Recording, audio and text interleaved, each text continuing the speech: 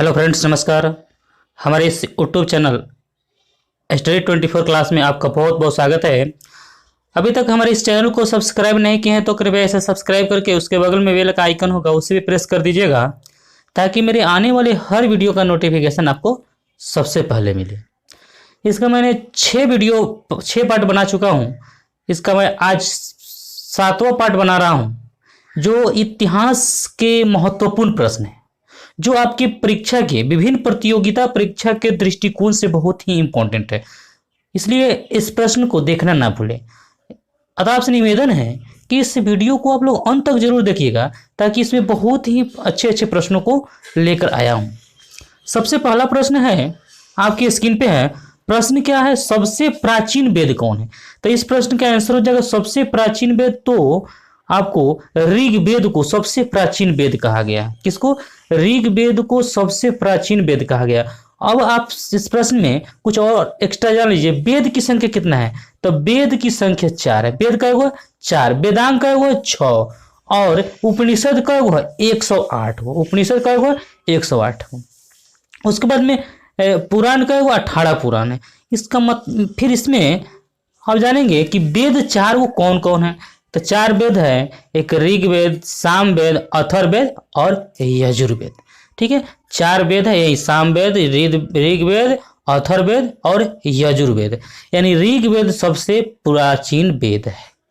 ठीक है, इस तरह नेक्स्ट प्रश्न देखेंगे कि कौन सा वेद अंशतः गद्य रूप में भी रचित है, माने गद्य के रूप में कौन सा है? तो इस प्रश्न का आंसर हो जाएगा यजुर्वेद जो है अंशतः गद्य रूप में रचित है। गद्य और पद जो होता है ना, वह गद्य रूप में कौन है? यजुर्वेद। देखेंगे निम्नलिखित में से कौन सी स्मृति प्राचीनतम है? तो मनु स्मृति को सबसे प्राचीनतम स्मृति कहा जाता है। इसलिए इस प्रश्न का आंसर हो जाएगा मनु स्मृति। मनु स्मृति सबसे प्राचीनतम स्मृति है। नेक्स्ट प्रश्न देखेंगे, आदि काव्य की संज्ञा किसने दी जाती है? आदि काव्य की संज्ञा किसे दी जाती है? तो इस प्रश्न का आंसर हो जाएगा रामायण को आदि काव्य की संज्ञा दी जाती है। किसे? रामायण को आदि काव्य। सबसे पुराना काव्य कौन सा है? तो रामायण है। रामायण को किसने लिखा है? तो रामायण को किसने लिखा? वाल्मीकि ने लिखा। श्रीमद् भागवत गीता है। श्रीमद् भागवत गीत गोविंद को किसने लिखा? जयदेव। गीत गोविंद की रचना किसने की? जयदेव। महाभारत की रचना की इस तरह से आपके स्क्रीन पे है। गायत्री मंत्र की रचना किसने की थी? गायत्री मंत्र की रचना यह की थी विश्वामित्र ने। इस प्रश्न का आंसर हो जाएगा विश्वामित्र, बी हो जाएगा। इस प्रश्न का आंसर क्या हो जाएगा? बी। गायत्री मंत्र की रचना विश्वामित्र ने किए थे। नेक्स्ट प्रश्न देखेंगे, हड़प्पावासी किस वस्तु के उत्पादन में सर्वप्रथम थे? मतलब हड़प्पावासी सबसे ज्यादा उत्पादन किस चीज की करते थे? तो इस प्रश्न का आंसर हो जाएगा कपास। कपास का उत्पादन हड़प्पा के लोग सबसे ज्यादा करते थे। कपास से ही कपड़ा बनाया जाता है। कपास से ही क्या बनता है? कपड़ा का निर्माण होता है, कपड़ा बुना जाता है। प्रश्न देखेंगे, नेक्स्ट प्रश्न आपकी स्क्रीन पे है। सिंधु सभ्यता का कौन सा स्थान जो है भारत में से? देखिए, ये जो लोथल जो है यही भारत में से। लोथल गुजरात में पड़ता है। कहाँ पड़ता है? गुजरात में। उस समय उस लोथल जो था, उस समय मतलब जहाजी बेड़ा उसे कहा जाता है। मतलब जहाज वहीं आके रुकता था, उसे लोथल है, जो गुजरात में पड़ता है। ये पूछ रहा है कि भारत में कौन है? तो लोथल। हड़प्पा और मोहनजोदड़ो अभी कहाँ पड़ता है? पाकिस्तान में पड़ता है। इस तरह से नेक्स्ट प्रश्न देखेंगे, पाली ग्रंथों में गांव के मुखिया को क्या कहा जाता था? पाली ग्रंथ में गांव की मुखिया को क्या कहा जाता था? तो इस प्रश्न का आंसर हो जाएगा ग्राम भोजक। ग्राम भोजक गांव के मुखिया को कहा जाता है पाली ग्रंथों में।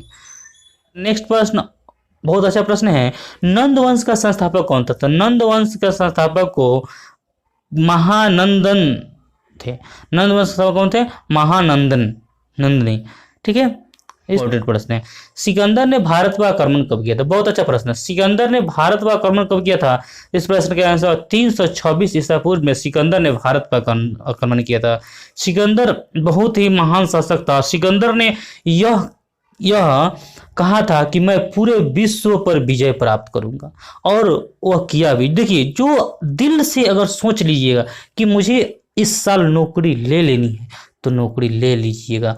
इसी तरह सिकंदर ने भी सोचा था, सिकंदर ने सोचा था मैं पूरे भारत पूरे विश्व पर अपना राज करूंगा, विश्व को विश्व विजेता बनूंगा, और बनकर दिखाया भी। ठीक है, लास्ट में भारत पर आक्रमण किया, उसके बाद में वहां से रिटर्न चला गया और सेल्यूकस निकेटर को सभी राज्य को सौंप कर वहां से चला गया। ठीक है, और इसकी मृत्यु जो हुई बेबीलोन में जाकर इसकी मृत्यु हो गई। कब? बेबीलोन में जब गया वहीं पे उसकी मतलब बहुत बुखार लगा था, इससे कारण उसकी मृत्यु हो गई। सिकंदर के बारे में कहा जाता है। और ये भी कहा जाता है सिकंदर जब मरा, जब सिकंदर की जब मृत्यु हुई उस समय सिकंदर ने कहा था कि मेरा दोनों हाथ जब मर जाएंगे तो मेरा दोनों हाथ फैलाकर और तब मुझे शमशान घाट तक ले जाइएगा।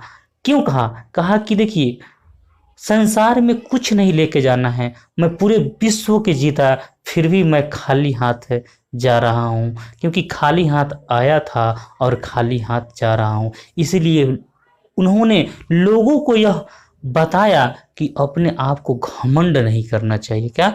घमंड नहीं करना चाहिए। जिंदगी में खाली हाथ आए हैं और खाली हाथ ही जाना पड़ेगा, ये सिकंदर ने बता दिया। नेक्स्ट प्रश्न देखेंगे, नंद वंश का अंतिम सम्राट कौन था? तो नंद वंश का अंतिम सम्राट जो था वह था, आपका आंसर हो जाएगा घानानंद था। कैसा? अंतिम सम्राट घानानंद था। नेक्स्ट प्रश्न देखेंगे, विश्व का पहला गणतंत्र वैशाली में किसके द्वारा स्थापित किया गया था?